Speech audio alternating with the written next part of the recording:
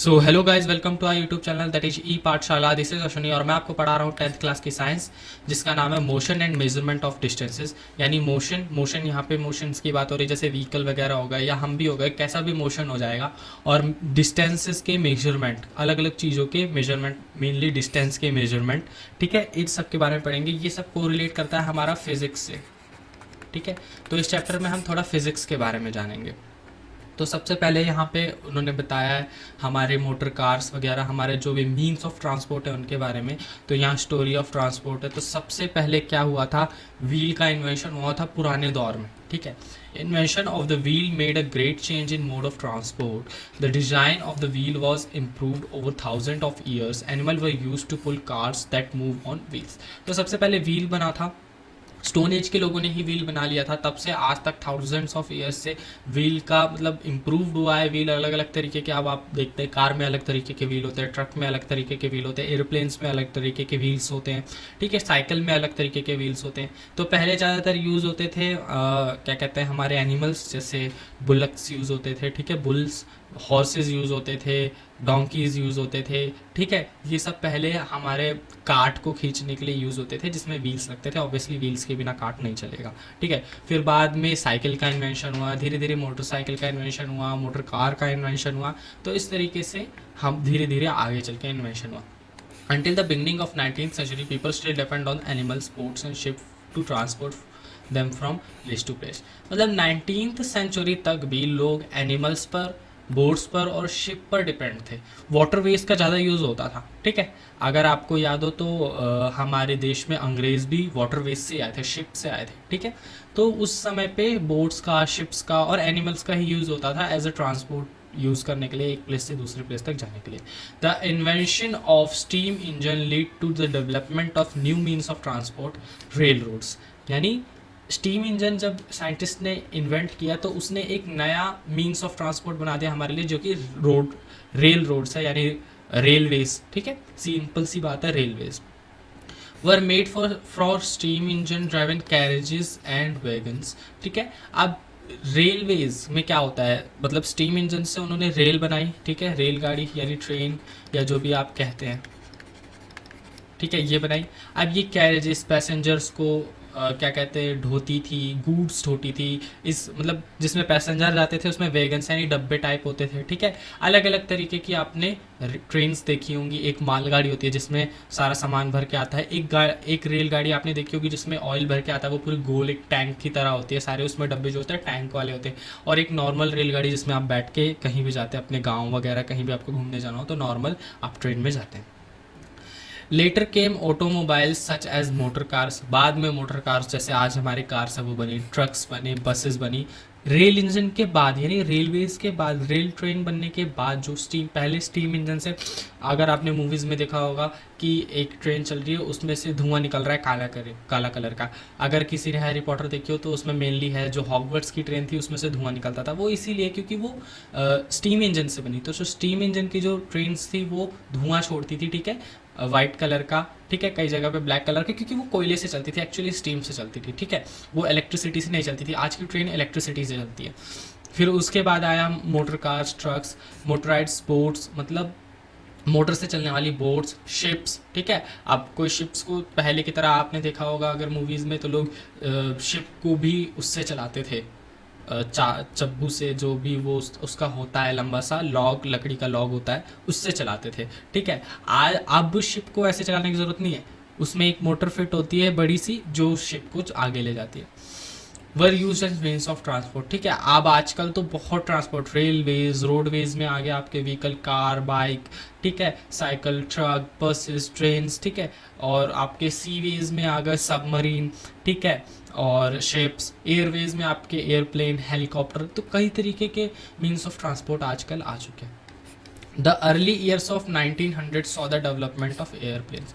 मतलब early years of 1900 मतलब 1900 जब शुरू हुआ था तभी एरोप्लेन्स का डेवलपमेंट यानी इन्वेंशन हो गया था। These were later improve to carry passenger and goods. पहले जो एयरप्लेन बना था ना, सबसे पहले उसमें सिर्फ 2 लोग या शायद एक ही लोग बैठ सकते थे और बड़ी मुश्किल से उठता था। और ज़्यादातर सबसे पहले फाइटर प्लेन्स बने थे, वो वॉर्स वगैरह में यूज़ होते थे, ठीक है। बाद में इन्हीं एयरप्लेन्स को और भी मॉडिफाई किया, प्रूव किया इन्होंने पैसेंजर और गुड्स यानी सामान को ढोने के लिए। ठीक है, एक जगह से दूसरी जगह पे एयरवेज से सबसे जल्दी जाया जा सकता है, आप जानते हैं। अगर आपको ट्रेन से एक जगह से जाने में दूसरी जगह 8 घंटे लग रहे हैं, तो वहीं एयरवेज से अगर आप जाएंगे तो आपको 1 से 2 घंटे लगेंगे। एयरवेज फास्ट है। ठीक है, तो पहले क्या होता था, सिर्फ जो नया इन्वेंशन हुआ था एयरप्लेन का 1 या 2 लोग ही बैठ सकते थे, लेकिन अब उसमें उसको इतना मॉडिफाई कर दिया इन्होंने कि वो काफ़ी पैसेंजर्स को अराउंड लगभग 250-300 तो आराम से जा सकते हैं, और गुड्स भी जा सकते हैं उनके साथ। इलेक्ट्रिक ट्रेन्स अब हो गई हैं, मैंने बताया था electric trains, monorail, supersonic airplanes and spacecraft are some of the contribution of 20th century. तो जैसे इलेक्ट्रिक ट्रेन और मोनोरेल और सुपरसोनिक एयरप्लेन, सुपरसोनिक मतलब जो बहुत फास्ट चलते हैं एयरप्लेन, ठीक है, स्पेस क्राफ्ट जिससे हम स्पेस में जाते हैं, ठीक है, ये सब कुछ कंट्रीब्यूशन है 20th सेंचुरी के। ठीक है, ये 20th सेंचुरी में बने हैं। ठीक है, इनका इन्वेंशन 20th सेंचुरी में हुआ है। अब आपने देखा होगा कि अब भी बहुत से मीन्स ऑफ ट्रांसपोर्ट्स बन रहे हैं। ठीक है, जैसे बुलेट ट्रेन अभी अभी हाल ही में बनी है, वो और भी फास्ट चलती है। मेट्रो ट्रेन, अलग अलग तरीके के अभी भी इन्वेंशन हमारे व्हीकल्स को लेके होते चले जा रहे हैं और आगे भी होते रहेंगे। How wide is desk.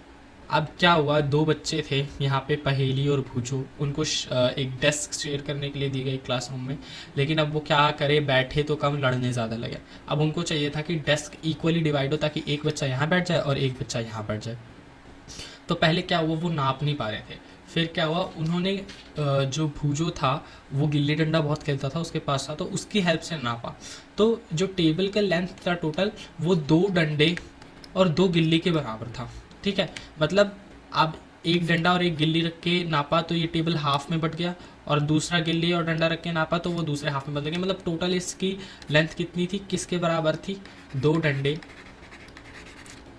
और 2 गिल्ली के बराबर थी। क्या हुआ, 1 हफ्ते बाद इसका गिल्ली डंडा खो गया। अब ये नया लेके आया। ठीक है, नया लेके आया। अब नया जो गिल्ली डंडा लेके आया, उसकी जो गिल्ली थी वो लेंथ में थोड़ी बड़ी थी और डंडे थोड़े लेंथ में छोटे थे। तो उसका लेंथ क्या था, 2 डंडे और 1 गिल्ली के बराबर निकला। अब कैसे नापें, अब इक्वल पार्ट में टेबल कैसे बटेगा। ठीक है, अब कैसे बटेगा, तो बट सकता है, क्यों नहीं बट सकता। आप अपने पाम का यूज़ कर सकते हैं, आप स्ट्रिंग का यूज़ कर सकते हैं, आप धागे का यूज़ कर सकते हैं, और सबसे बड़ी बात, आप स्कूल जाते हैं, आपके पास स्केल होता है, आप स्केल का यूज़ कर सकते हैं। ठीक है, तो इस तरीके से बट सकता है। अब पुराने ज़माने में क्या होता था कि लगभग पुराने ज़माने में ना हमारे पास स्केल वगैरह नहीं होता था, तो लोग फुट से, अपने फुट से नापते थे। ठीक है, पाम से नापते थे। ठीक है, अपने एल्बो से लेकर के फिंगर की टिप तक जितनी लेंथ होती है, यानी आर्म, उससे नापते थे। ठीक है, तो इस तरीके से अलग अलग लेंथ अपने बॉडी पार्ट से कंपेयर करके लोग नापते थे, क्योंकि हमारे पास स्केल, कोई मेजरमेंट उस तरीके का था नहीं। सम मेजरमेंट्स, तो अभी आपको भी इसमें कहा है, जैसे एक्टिविटी 10.1 है और 10.2 है, आपको क्या लेना है। मान लीजिए आपने फुट का यूज़ करा सबसे पहले। ठीक है, आप फुट यूज़ कर रहे हैं अपना, और आपको नापना है। अलग अलग स्टूडेंट्स, देखिए 1 2 3, मान लीजिए आप हैं, आपका कोई फ्रेंड है, आपका कोई दूसरा फ्रेंड है। ठीक है, उन्होंने नापा लेंथ ऑफ क्लासरूम। ठीक है, सबसे पहले लेंथ यानी लंबाई नापी क्लासरूम की अपने फुट से, तो कितने में निकली वो लिखना है। ठीक है, और उसी बच्चे ने पहले फिर विथ भी नापी क्लासरूम की, वो लिखना है। फिर दूसरे बच्चे ने नापी तो क्या मेजरमेंट है आपको लिखना है। तो आप देखेंगे मेनली इस मेजरमेंट में बहुत डिफरेंस है। क्यों, मान लीजिए पहले बच्चे आप हैं, आपकी हाइट नॉर्मल है। ठीक है, आपका फुट भी नॉर्मल है। ठीक है, आपका 1 फुट नॉर्मल साइज़ का है, तो आपके लेंथ मान लीजिए आपके फुट की हो गई, मान लीजिए 15 फुट लेग की लेंथ हो गई, विथ हो गई आपकी 12 फुट की। ठीक है, लेकिन दूसरा आपका दोस्त है, वो आपसे लंबा है, उसका फुट भी बड़ा है आपसे, वो लंबा है ऑब्वियसली, तो उसका फुट भी आपसे बड़ा होगा। उसने नापा तो ये नाप अलग ही आया, ये 13 फुट में उसने लेंथ नाप दी क्लास की, और जब वो विथ नापने गया तो 10 में ही आ गया। लेकिन स्टूडेंट 3 है, वो तुम दोनों से छोटा, उसकी फुट सबसे छोटी है, तो उसने नापा तो 18 लेंथ आई, 18 फुट, यानी आपके फुट से नापी थे ना आपने, तो 18 फुट लेंथ आई, और विथ आई उसकी मान लीजिए 15 फुट। तो ये अलग अलग मेजरमेंट हो गया ना, आपने अपने फुट से नापा, लेकिन ये अलग अलग मेजरमेंट हो गया। ठीक है, मान लीजिए आप टेबल नाप लें। ठीक है, आपने हैंड स्पैन से इस तरीके से, ठीक है, अंगूठे की टिप से लेकर के छोटी वाली उंगली का टिप तक, इससे आप मान लीजिए कोई टेबल नाप रहे हैं। ठीक है। तो इसमें बताओ कि इसमें आपको अपने 4 फ्रेंड्स की मदद लेनी पड़ेगी और बताना होगा कि उन्होंने जो किसने मेज़र किया। मान लीजिए आपका कोई भी फ्रेंड्स है राहुल, उसने मेजर किया और हैंड स्पैन कितना आया, ठीक है। हैंड स्पैन आप उसने कितने में नापा, टेबल, एक टेबल उसने कितने में नापा, मान लीजिए 5 हैंड स्पैन्स में उसने नाप लिया टेबल। आपका एक और फ्रेंड है ऋषभ, शुभम, ठीक है, दीपक, ये सब आपके फ्रेंड्स हैं। ऋषभ ने नापा तो उसका तो 4 में ही पूरा हो गया, शुभम ने नापा उसका 6 में हुआ, दीपक ने नापा उसका भी 7 में हुआ। तो इस तरीके से आप उनके हैंड स्पैन्स भी अलग आएंगे, ठीक है, अलग अलग तरीके के। Measurement means the comparison of an unknown quantity with some known quantity. तो यहाँ ये मेजरमेंट की डेफिनेशन है, ठीक है। यानी measurement means the comparison of an unknown quantity, मतलब आपको पता नहीं है, आपने ये टेबल नापा, इस टेबल की लेंथ आपको पता नहीं है, ये लेंथ है इसकी आपको पता नहीं है, आपको इसकी लेंथ को नापना है विद क्वांटिटी विद सम, मतलब विद सम फिक्स्ड या नोन क्वांटिटी। आपको उस क्वांटिटी, मान लीजिए आपको इसको नापना है सेंटीमीटर्स में, सेंटीमीटर की क्वांटिटी फिक्स है, एक नोन है, उससे नापेंगे तो आपकी लेंथ आपकी कुछ भी आ जाएगी, मान लीजिए आपकी 70 सेंटीमीटर या 50 सेंटीमीटर समथिंग कुछ भी आ गई, ठीक है। तो इसको कहते हैं हम मेजरमेंट, यानी एक अननोन चीज़ को नापना एक नोन क्वांटिटी से, एक अननोन क्वांटिटी को नापना एक नोन क्वांटिटी से। यानी आप एक मेजरमेंट, एक लेंथ जानते हैं जिससे आप दूसरे की निकालेंगे। This non fixed quantity is called unit. अब ये जो फिक्स्ड क्वांटिटी है, ये नॉन फिक्स्ड क्वांटिटी है आपकी, ये यूनिट कहलाएगी, ठीक है। आपकी ये जो फिक्स्ड क्वांटिटी है ये यूनिट कहलाएगी। The result of a measurement is expressed in 2 parts, ठीक है। मतलब कोई भी आपने चीज़ मेज़र करी है वो 2 पार्ट में उसका रिजल्ट आएगा। 1 part is number, the other part is the unit of the measurement. For example ये जो टेबल बना है, मैं इसका नाप लूँ, लगभग मान लीजिए ये होगा 10 सेंटीमीटर। तो आप देखें कि इसका जो रिजल्ट निकला है वो 2 पार्ट्स में ना, एक 10, ये नंबर फॉर्म में, ठीक है, डिजिट है, या फिर नंबर ही लिख लीजिए, नंबर फॉर्म में। और ये जो सेंटीमीटर है ना, ये यूनिट है, ठीक है, ये यूनिट है मेजरमेंट की, यानी एक फिक्स्ड यूनिट, वही जो हम बात कर रहे हैं, जो फिक्स्ड यूनिट की बात हमने पीछे करी, यूनिट, ठीक है। फिक्स्ड क्वांटिटी, एक नॉन क्वांटिटी, एक फिक्स्ड यूनिट की बात की, वही है ये सेंटीमीटर, ठीक है। The other part is the unit of measurement. तो सेंटीमीटर क्या हो जाएगा, यूनिट ऑफ मेजरमेंट। अब अलग अलग यूनिट ऑफ मेजरमेंट होता है, यहाँ सेंटीमीटर होता है, मीटर भी होता है, किलोमीटर भी होता है, ठीक है, अलग अलग होते हैं, इनके बारे में हम आगे पढ़ेंगे। नेक्स्ट आता है स्टैंडर्ड यूनिट ऑफ मेजरमेंट, ठीक है। इन एंशिएंट टाइम्स, पुराने ज़माने में, the length of foot, the width of a finger and the distance of a step were commonly used as a different units of measurement, ठीक है। आपके फुट की length, आपके फिंगर की विड्थ, ठीक है, आपका एक स्टेप का डिस्टेंस, ये सब चीज़ें एंशिएंट टाइम्स में, क्योंकि हमारे पास कोई फिक्स्ड यूनिट नहीं थी हमारे पास मेजरमेंट की, जैसे अब है सेंटीमीटर, मीटर, किलोमीटर, ये फिक्स्ड यूनिट्स हैं, ठीक है। ऐसे पहले नहीं थे, तो लोग फुट से नापते थे, ठीक है, फिंगर से नापते थे, अपने एक स्टेप के डिस्टेंस से नापते थे। और तो और अगर कुछ जैसे गेहूं, चावल, कुछ भी आपको क्वांटिटी वाली चीज़ चाहिए तो वो आपने हाथों का इस्तेमाल करते थे, अपने हाथों से नापते थे, अपनी मुट्ठी से नापते थे। यानी मान लीजिए आपके दोनों हाथों को आपने कवर करके आपके हाथ में जितना गेहूं या चावल आया उसकी एक फिक्स्ड, यानी मान लीजिए एक 1 हैंड फुल ऑफ राइस, ठीक है, मान लेते हैं हम, ऐसा होता नहीं था लेकिन हम एज्यूम कर रहे हैं, ठीक है, कि 1 हैंडफुल ऑफ राइस कितना, 1 रुपीज़ का।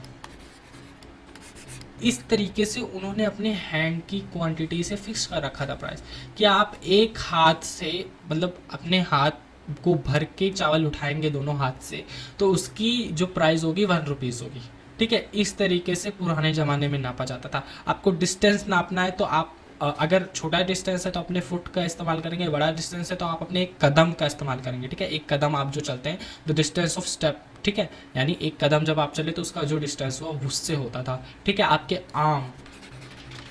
आम की डिस्टेंस, आज भी कई लोग 1 मीटर को अपने आम से नापते हैं, वो यूँ समझते हैं कि उनका आम 1 मीटर का है, ठीक है, और लगभग होता भी है, ठीक है, बड़े लोगों का आम 1 मीटर का होता है तो वो उससे नापते हैं। The people of the Indus valley civilisation must have used very good measurement of length. ठीक है, जो इंडस वैली सिविलाइजेशन के लोग थे उन्होंने बहुत अच्छा मेजरमेंट का लेंथ का यूज़ करा था, because we see evidence in excavations of perfectly geometrical constructions. ठीक है, मतलब अगर हम इंडस वैली, हड़प्पा सिविलाइजेशन, ठीक है, मोहनजोदारो, अगर आपने मूवी देखी हो तो उसमें आप देखेंगे जो उनके घर बने थे कितने एक अच्छे तरीके से, जो आज मॉडर्न बिल्डिंग्स हम जिस तरह बनाते हैं उस तरीके से बने थे। ऑब्वियसली उन्होंने उसमें मैथमेटिक्स कैलकुलेशन लगाई थी, फिजिक्स लगाई थी, बिना लगाए तो होगा नहीं। ठीक है, अगर आप इंजीनियरिंग पढ़ते तो आपको पता चलेगा कि इन सब के कंस्ट्रक्शन में भी मैथमेटिक्स और फिजिक्स लगती है। तो उन्होंने ये अगर उन इतनी परफेक्टली ज्योमेट्रिकल कंस्ट्रक्शंस उन्होंने बनाई थी, एक परफेक्टली स्क्वायर में कोई बिल्डिंग या फिर रेक्टेंगल में बिल्डिंग, ठीक है, वो संभली कैसे है, ठीक है, उन्होंने पूरी पूरी ट्रिग्नोमेट्री, फिजिक्स, मैथमेटिक्स अपनी लगा रखी थी, इसलिए एक परफेक्टली ज्योमेट्रिकल कंस्ट्रक्शंस थी उनकी। अगर आप थोड़े आदिवासी की जगह पे चले जाओ जहाँ पे जंगल वाले लोग रहते हैं, तो उनके घर या कुटिया जो देखोगे आप, वो आड़े टेढ़े होते हैं, क्योंकि उनको ज्योमेट्रिकल कंस्ट्रक्शंस बनाने का, फिजिक्स यूज़ करने का, मैथमेटिक्स यूज़ करने का ज्ञान नहीं है। लेकिन उस समय पे इंडस वैली सिविलाइजेशन मतलब हड़प्पा सिविलाइजेशन, आपकी मोहनजोदारो और 3-4 सिविलाइजेशंस हैं, इनको सबको इंडस वैली सिविलाइजेशन कहा जाता है क्योंकि ये इंडस रिवर के पास बसे थे। ठीक है, वहाँ पे बस इन लोगों की बहुत अच्छी मेजरमेंट इन्होंने अपनी एक बना रखी थी। अब उस समय की उनकी क्या मेजरमेंट यूनिट थी ये हमें नहीं पता है, लेकिन उन्होंने बना रखी थी क्योंकि ये एविडेंस दिखाते हैं उनकी कॉलोनीज जो मिली धरती के नीचे, उनका एक परफेक्टली ज्योमेट्रिकल कंस्ट्रक्शन जो हुआ है वो बताता है।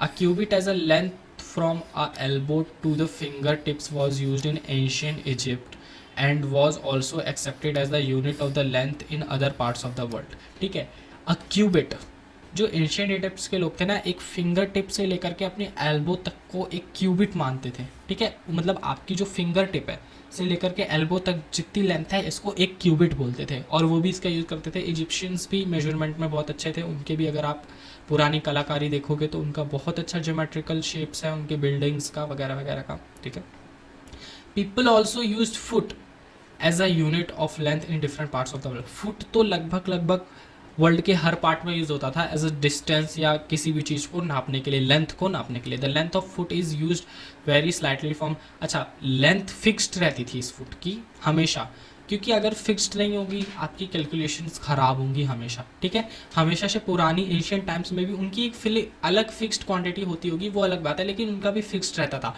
यानी 1 फुट है, अगर मान लीजिए एक नॉर्मल पर्सन का 1 फुट है, कितने भी सेंटीमीटर्स का है, 20 सेंटीमीटर्स का है लगभग, तो वो 20 सेंटीमीटर या 22 या 25 या 30 उन्होंने फिक्स कर रखा है।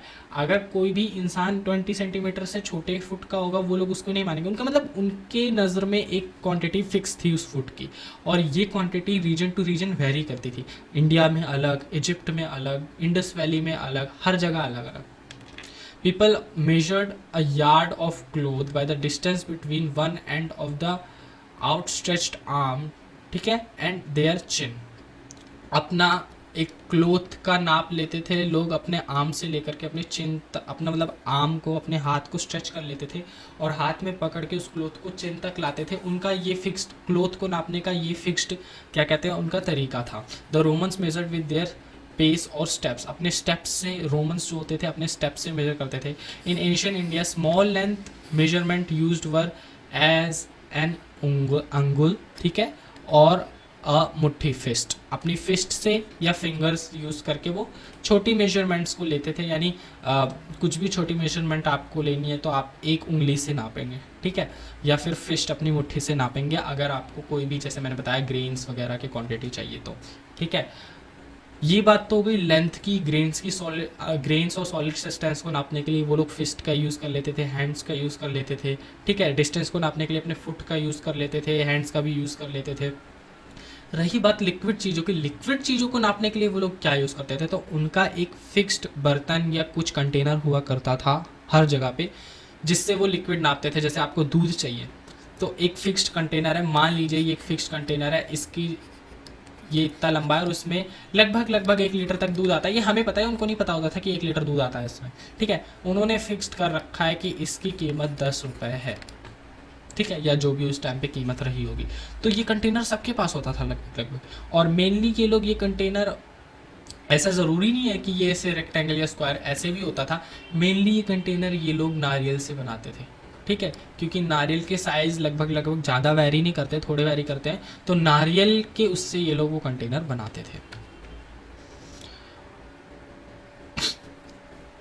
अब इस तरीके की मेजरमेंट फुट से, उंगली से, अपने आर्म से, ये बहुत कन्फ्यूजन पैदा करता है। क्यों? क्योंकि सबका फुट अलग है, सबका आर्म अलग है। आप किसी दुकान पे गए, आप अपने हैंड से राइस उठा रहे हैं, मान लीजिए, अब आप अपने हैंड से राइस उठा रहे हैं, उसमें ज़्यादा आ रहा है, दुकानदार बोलेगा नहीं ये तो ज़्यादा है, ठीक है, फिर वो अपने हैंड से उठाएगा, उसके हैंड्स छोटे छोटे, आप बोलेंगे नहीं भाई ये तो कम है, आपके हैंड छोटे हैं। तो इस तरीके से बहुत कन्फ्यूजन का मामला, लड़ाई झगड़ा हो सकता है, कुछ भी हो सकता है, ठीक है। तो इन 1790 में फ्रेंच लोगों ने, the French created a standard unit of measurement called the matric system. उन्होंने एक क्रिएट किया स्टैंडर्ड यूनिट ऑफ मेजरमेंट, एक फिक्स्ड, ठीक है, हिलने ना वाली, ठीक है, जिसका मेजरमेंट वेरी नहीं करेगा लोगों से लोगों तक, और ना ऐसी कन्फ्यूजन्स पैदा होंगी, इसलिए उन्होंने एक मैट्रिक सिस्टम बनाया, यानी एक स्टैंडर्ड यूनिट ऑफ मेजरमेंट, ठीक है। For the sake of uniformity scientist all over the world have accepted a set of standard unit of measurement। अब यूनिफॉर्मिटी मतलब एक कांस्टेंट, मतलब एक सही नाप के लिए, एक सही मेजरमेंट के लिए, यूनिफॉर्मिटी के लिए साइंटिस्ट ने, पूरे वर्ल्ड के साइंटिस्ट ने उस मैट्रिक सिस्टम को एक्सेप्ट किया, उन स्टैंडर्ड यूनिट्स को एक्सेप्ट किया। द सिस्टम, ये इंपॉर्टेंट है, the system of unit now used is known as the international system of unit, SI unit. SI unit क्या होता है? International system of unit. सीधी से ये क्वेश्चन हमेशा आएगा कि व्हाट इज SI यूनिट, और what is full form of SI unit, and what is the term SI unit. इस तरीके से ये क्वेश्चन आएगा, तो आपका आंसर होगा the system of units now use. जो आज के ज़माने में हम जो सिस्टम ऑफ यूनिट यूज़ करते हैं आज के टाइम पे, उसे हम कहते हैं SI यूनिट्स या इंटरनेशनल सिस्टम ऑफ यूनिट्स, जो कि ऑल ओवर द वर्ल्ड सबने एक्सेप्ट कर रखा है, पूरे वर्ल्ड में सबने एक्सेप्ट कर रखा है सेंटीमीटर, मीटर और kilometre as a distance measurement, ठीक है। The SI unit of length is metre. अब यहाँ देख लीजिए, SI यूनिट हर चीज़ की अलग अलग होती है, और लेंथ की क्या है? मीटर है। आपको किसी भी चीज़ की लेंथ नापनी है ना, तो उसकी यूनिट आप मीटर में उसकी यूनिट एक्सेप्ट करी जाएगी। ऐसे तो सेंटीमीटर और किलोमीटर भी है, लेकिन वो SI यूनिट्स नहीं है। ऑल ओवर द वर्ल्ड जो एक्सेप्टेड है एक यूनिट, वो है मीटर लेंथ की। A metre scale is shown in figure 10.6 figure होगी इसमें। देखो ये मीटर स्केल्स इन्होंने दिखा रखे हैं। अब each metre is divided into, अब मैंने बताया सेंटीमीटर भी होते हैं, किलोमीटर भी होते हैं, मिलीमीटर भी होते हैं, ठीक है। तो अब ये कैसे होते हैं, ये इनको हम मीटर से कंपैरिजन कैसे करते हैं? Each metre is divided into 100 equal division called centimetre.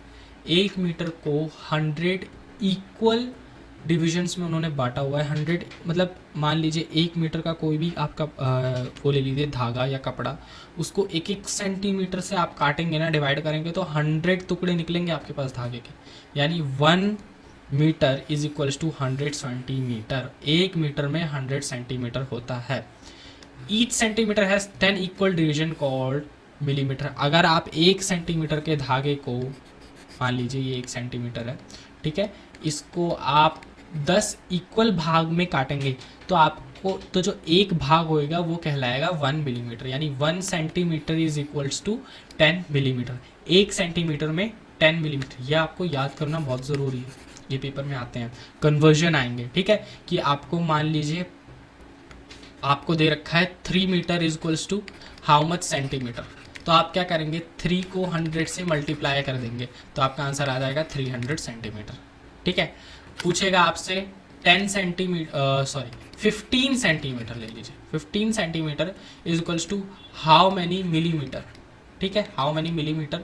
तो आप क्या करेंगे, 15 को 10 से इंटू कर देंगे, आपका आ जाएगा 150 मिलीमीटर। इस तरीके से हम नापते हैं, चीज़ों को बांटते हैं। तो 1 मीटर में 100 सेंटीमीटर होते हैं और 1 सेंटीमीटर में 10 मिलीमीटर होते हैं। नाउ लंबे डिस्टेंस को नापने के लिए भी हमने एक यूनिट बनाई, इट इज़ कॉल्ड किलोमीटर, ठीक है। We defined a larger unit of length, it is called kilometre, ये लार्जर यूनिट। तो 1 किलोमीटर में 1000 मीटर होते हैं, आप ध्यान रखिए, यानी 1 किलोमीटर में 1000 मीटर होते हैं। 1 मीटर में 100 सेंटीमीटर होते हैं। 1 सेंटीमीटर में 10 मिलीमीटर होते हैं, ठीक है। इस तरीके से आपको इन तीनों चीज़ों को याद रखना है, ये तीनों यूनिट्स कैसे आपस में इक्वल है। 1 किलोमीटर 1000 मीटर, ठीक है, 1 मीटर 100 सेंटीमीटर, 1 सेंटीमीटर 10 मिलीमीटर। आपको बोलेगा 4 kilometre is equals to how many metre.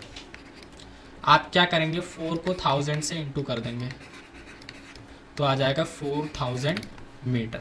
तो इस तरीके से हमने डिस्टेंस की यूनिट्स बांट रखी हैं, सेंटीमीटर, मिलीमीटर, किलोमीटर। लेकिन अगर क्वेश्चन आता है कि एसआई यूनिट कौन सी है लेंथ की या डिस्टेंस मेजरमेंट की, तो वो मीटर होगा।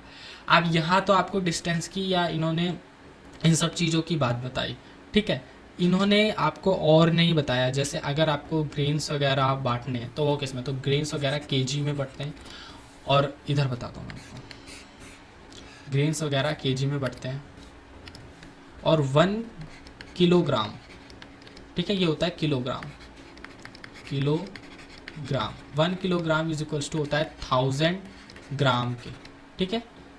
1000 ग्राम के इक्वल होता है 1 किलोग्राम। ये आप बात को आपको ध्यान रखनी है, ठीक है। इससे हम ग्रेन्स वगैरह जो भी सॉलिड सब्सटेंस हमें आपने खरीदना है कहीं जाके, तो वो होता है 1 किलोग्राम में 1000 ग्राम। आजकल के जो वो आ रहे हैं तराजू, ठीक है, डिजिटल तराजू, उसमें ऐसे 1 केजी लिखा नहीं आएगा, उसमें 1000 ग्राम लिखा आएगा। वो आपको पहचानना होगा कि वो था। अगर उससे कम है तो आप दुकानदार को तुरंत टोक दीजिए कि ये 1 केजी पूरा नहीं है, आप इसको 1 केजी पूरा कीजिए, क्योंकि 1 केजी में 1000 ग्राम होते हैं, ठीक है। इसी तरीके से अगर हम हाफ केजी की बात करें, हाफ केजी में कितने ग्राम्स होंगे, जब 1 केजी में 1000 ग्राम है तो हाफ केजी मतलब 1000 का हाफ हो जाएगा 500 ग्राम्स, ठीक है। इस तरीके से होता है।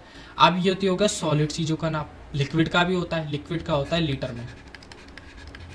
तो 1 लीटर इक्वल टू होता है 1000 मिलीलीटर, ठीक है। आप दूध लेते हैं, 1 लीटर लेते हैं, हाफ लीटर, आप जाएंगे बोलेंगे हाफ लीटर दूध दे दीजिए, उसका नाप क्या होना चाहिए, 500 मिलीलीटर।